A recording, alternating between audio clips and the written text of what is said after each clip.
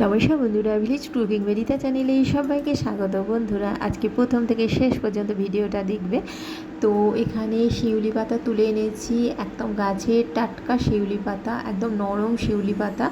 তো সেই শিউলি পাতা দিয়ে একটা বড়া তৈরি করব। তো এখানে বেসন নিয়েছি, আর সঙ্গে আছে বিভিন্ন রকমের মশলা, হলুদ গুঁড়ো, ধনে গুঁড়ো, জিরে গুঁড়ো, মরিচ গুঁড়ো, লবণ, আর একটু শুকনো লঙ্কার গুঁড়ো, একদম অল্প পরিমাণে। তো দিয়ে ভালো করে শিউলি পাতাগুলো খুব বেশি কুচো করিনি, একটু বড় বড় সাইজের আছে, একদম নরম শিউলি পাতা। তো সেটা দিয়ে পকোড়ার মতো তৈরি করেছি। আর তোমাদের দাদা বলছিল যে আমি আজকে ভাত খেয়ে যাব, অফিসে যাব, আজকে ভাত খেয়ে যাব। তো সেই জন্য আমি তাড়াহুড়ো করে ডিম সেদ্ধ বসিয়ে দিয়েছিলাম।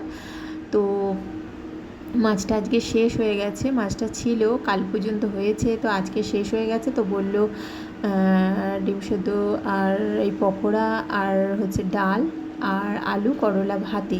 তো বললো আমি বাজার থেকে মাছটা নিয়ে আসি, তো মাছ ভাজা করে দেবে আমাকে। তো আমাদের এখানে সামনেই বাজার, তো বাজার থেকে তাড়াহুড়ো করে মাছটা নিয়ে এসেছে।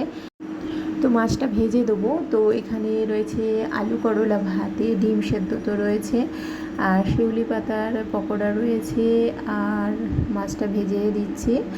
আর ডাল রয়েছে, রসুন দিয়ে ডাল।